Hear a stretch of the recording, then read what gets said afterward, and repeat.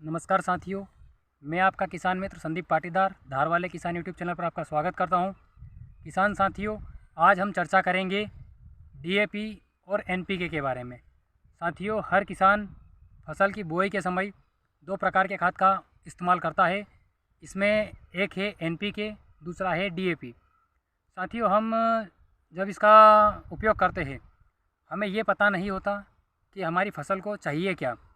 किसान साथियों, जब हम अपनी फसल की बुआई करते हैं, बुआई के समय से ही जब तक फसल का पूरा फसल चक्र होता है, जिसे हम बोलते हैं फसल का जीवन चक्र। फसल के जीवन चक्र में साथियों फसल को मुख्य रूप से अगर अपन देखा जाए तो 17 पोषक तत्वों की आवश्यकता होती है। 17 पोषक तत्वों में हमारे 3 पोषक तत्व जो कि विशेष रूप से फसल को आवश्यकता इसकी लगती है। इसमें हमारे 3 प्रकार के जो फसल पोषक तत्व होते हैं वो होते हैं, उनमें होते हैं नाइट्रोजन, फास्फोरस और पोटास। अब साथियों, हम जब बुआई करते हैं, बुआई के समय हमें क्या डालना है, डीएपी डालना है या एनपीके, हम इसका चयन नहीं कर पाते।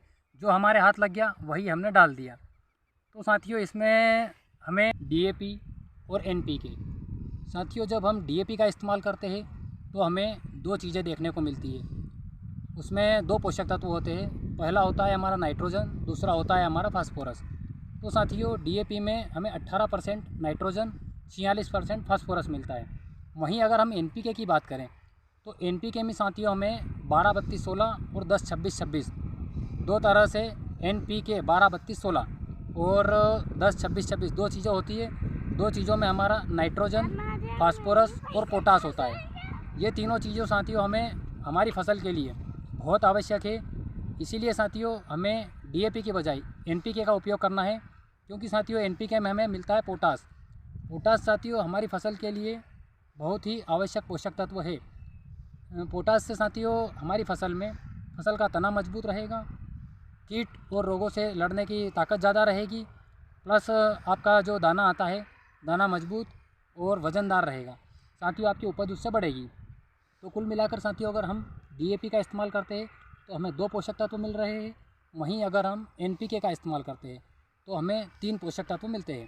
तो साथियों हमें एनपीके का उपयोग करना है तो हमें 3 पोषक तत्व उसमें मिलेंगे।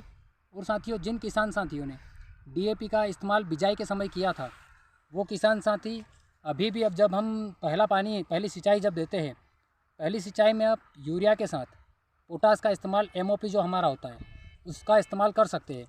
इस्तेमाल में साथियों आपको जहां आपने 100 किलो डीएपी दिया था जिस जगह में, उस जगह में आप 30 किलो पोटास डाल सकते हैं, बेहतर परिणाम आएंगे। साथियों पोटास का आप देखना, अगर आपके पास किसी किसान ने एनपीके डाला है और आपने अगर डीएपी डाला है तो आपको वहीं आपको अंदाज़ा लग जाएगा कि एनपीके वाला खेत कैसा दिख रहा है प्लस डीएपी वाला कैसा दिख रहा है। आपको उसी समय उसके परिणाम दिखेंगे। साथियों आपको अगर डीएपी ही मिलता है और एनपीके नहीं मिल पाता है तो आपको पोटास का इस्तेमाल उसमें करना ही है। और यूरिया जो अपना पहला पानी जो चलता है, यूरिया देते हैं हम उसमें पानी के साथ आपको पोटास को चलाना है, बेहतर परिणाम आएंगे। आपको अन्य कोई जानकारी मेरे द्वारा लगती हो तो आप मुझे कॉल के माध्यम से जानकारी ले सकते हैं। जय श्री राम, जय जवान, जय किसान।